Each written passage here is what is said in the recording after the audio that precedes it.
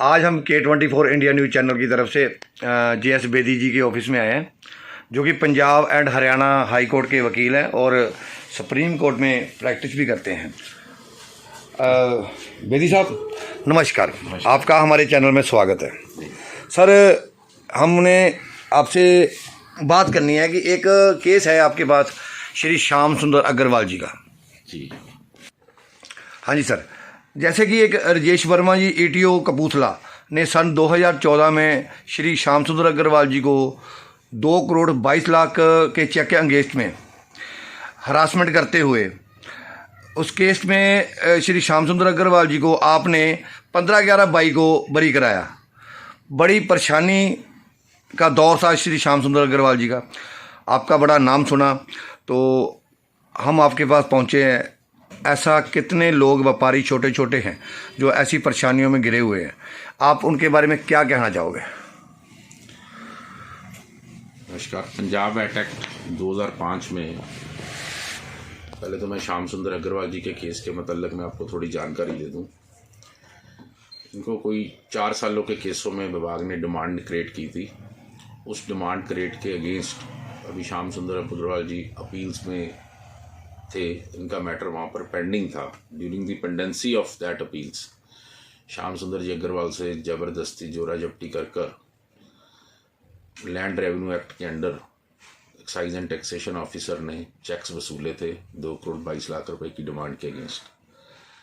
उन चेक्स को जब ज़बरदस्ती वसूला गया तो श्याम सुंदर जी अग्रवाल जी ने हमें अप्रोच किया और देर आफ्टर इन्होंने उसकी स्टॉप पेमेंट करवा दी। उस मुद्दे को इन्होंने हाई अप्स के ध्यान में भी लाया, कमिश्नर के ध्यान में भी लाया और फिर उस मुद्दे को Punjab and Haryana high court में भी लेके गए जहां इनको स्टे मिल गई थी। जब हमने इस मुद्दे को Punjab and Haryana high court में रखा, साथ में धारा 62(5) को भी चैलेंज किया था कि 25% वाली जो धारा है वो एक खार्श धारा है। फिर सन 2015 में, दिसंबर 2015 में honourable Punjab and Haryana high court ने एक निर्णय दिया जिसमें उन्होंने ये कहा कि फर्स्ट एपीलेंट अथॉरिटीज़ देखेंगी कि किस व्यापारी को 25% की वेवर की ज़रूरत है और किसको जमा कराने की ज़रूरत है या किसको कम किया जाए।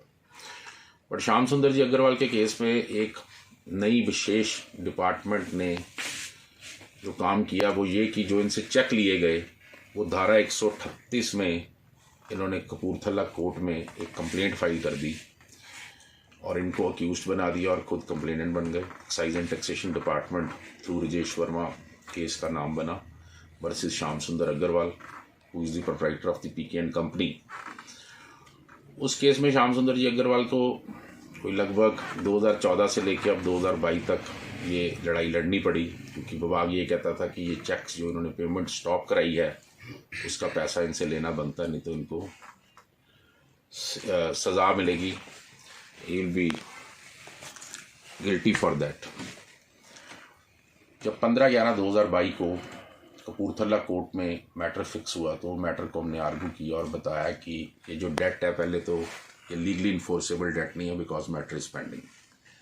दूसरा इशू कोर्ट को ये बताया कि जिस ऑफिसर ने अपनी पावर्स को एक्सरसाइज किया था उस ऑफिसर के पास उस दिन वो पावर्स ही नहीं थी जिसको एक्सरसाइज करके उसने चेक रिकवर किए हैं।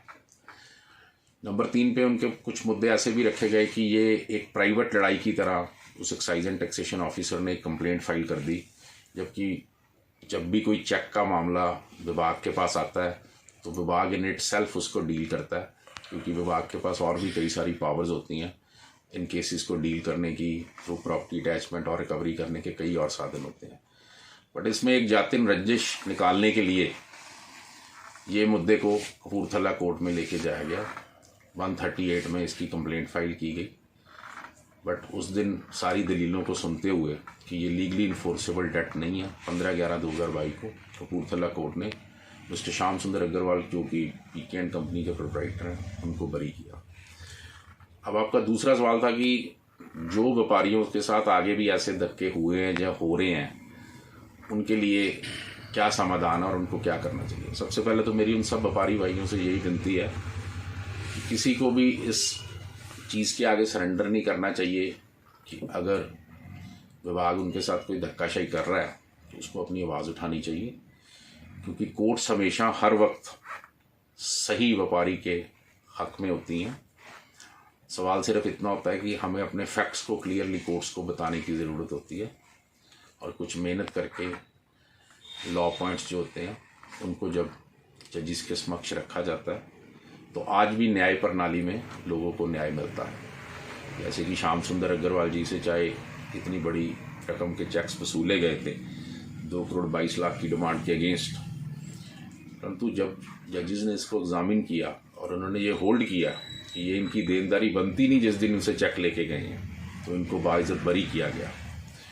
तो ये केस एक मिसाल वाला केस है, सारे व्यापारी वर्ग की एक जीत है, जिसमें ये कहने में मैं गुरेज नहीं करूँगा कि जैसे श्याम सुंदर अग्रवाल जी ने अपनी लड़ाई को धैर्य से लड़ा है, ये कोई छोटी लड़ाई नहीं होती। 6-7 साल किसी चीज़ को लड़ना और उसके बाद निर्णय अगर इनके हक में आया तो ये सारे व्यापारी वर्ग को लाभ देगा।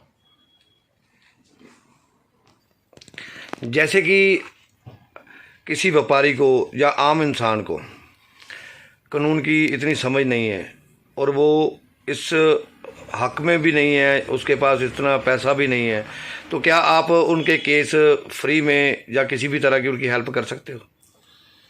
जी बिल्कुल, हमारे ऑफिस में ये हमने अपने पिताजी श्री NS बेदी एडवोकेट जी से सीखा था कि जब भी कोई बंदा जिसके पास अननेसेसरली कोई डिमांड क्रिएट कर दी जाए या जिसके साथ जो उसका टैक्स वगैरह नहीं बनता उसके ऊपर ये टैक्स का बोझा लाद दिया जाए या किसी भी तरह का कोई अत्याचार ऐसा हो जाए और वो इतना सूक्ष्म ना हो कि वो आपकी लीगल फीस भर सके, तो उसके लिए हमारा ऑफिस हमेशा उसका वेलकम करता है और उसका केस हम हमेशा विदाउट एनी फीस लड़ते हैं, क्योंकि मेरा ये मानना है उसकी दुआएं और आशीर्वाद फीस से कहीं बढ़कर है, जिससे कि हमें हमेशा लाभ ही होता है। बेदी साहब, आपसे बात करके हमें बड़ा अच्छा लगा, लेकिन इसमें एक सबसे अच्छी बात ये लगी कि आप जैसे लोगों की वजह से इस देश के संविधान और कानून पर आम जनता का विश्वास दिन प्रतिदिन बढ़ता है। धन्यवाद। सन 2014 में ETO राजेश वर्मा कपूरथला, सारे कपूरथला के लोगों को, सारी ट्रेड को पता है कि मेरे ऑफिस में वो आए, उनके साथ पंजाब पुलिस के 4-5 लोग थे, एक इंस्पेक्टर था और उनके ऑफिस स्टाफ के आदमी थे।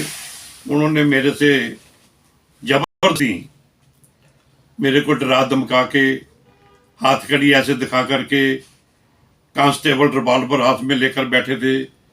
ये सारे सबूत मेरे CCTV फुटेज में हैं। उन्होंने चेक तो मेरे से वसूली कर ली, उसके बाद मेरे पास रास्ता कोई नहीं था। मैं जलंधर में एडवोकेट बेदी जी के पास आया, उस वक्त मैं क्लाइंट बन के आया था। उसके बाद बेदी जी ने मेरे को हौसला दिया कि आपके साथ बहुत बड़ा जुल्म हो रहा है, धक्का हो रहा है, मैं आपके साथ एज ए एडवोकेट भी खड़ा हूं, एज ए इंसानियत के नाते भी मैं आपके साथ आपका पूरा साथ दूंगा। बेदी साहब ने मुझे गाइड किया। मेरी सारी अपील जो है, DTC appeal Jalandhar, VAT tribunal Punjab Jalandhar, उसके बाद Punjab Haryana and high court Chandigarh, सारे केस बेदी साहब ने मेरे लड़े, जीत कर दिए और आज भी मेरे केस हाई कोर्ट में चल रहे हैं, ट्रिब्यूनल में चल रहे हैं। उसके बाद ETO राजेश वर्मा ने मेरे ऊपर कपूरथला की कोर्ट में धारा 138 जो नेगोशिएबल एक्ट होता है चेक डिसऑनर होने का, मुझे अंदर कराने के लिए उन्होंने ये चेक बैंक में लगाकर, डिसऑनर तो होना ही था, लेकिन मेरे पीछे बेदी साहब खड़े रहे। मैं बिल्कुल राह हैंड था, मैं बिल्कुल अनजान था, लेकिन मैंने हौसला भी रखा और मैंने सारी नॉलेज भी ली और मुझे इन्होंने पूरा आशीर्वाद दिया। आज मेरे इस परिवार के साथ कोई एडवोकेट या क्लाइंट वाली बात नहीं है। मेरे हालात देख करके बेदी साहब, सारा परिवार, इनके पिताजी भी आज इस दुनिया में नहीं है, उनका स्वर्गों में वासा हो। उन्होंने और उनका हमारे साथ कमिटमेंट थी कि आपके साथ जितना बड़ा धक्का हुआ है उतना बड़ा आपके साथ हम जलले से खड़े हैं, हर कोर्ट में आपके साथ जाएंगे, आपके साथ जाएंगे। सो इन्होंने मुझे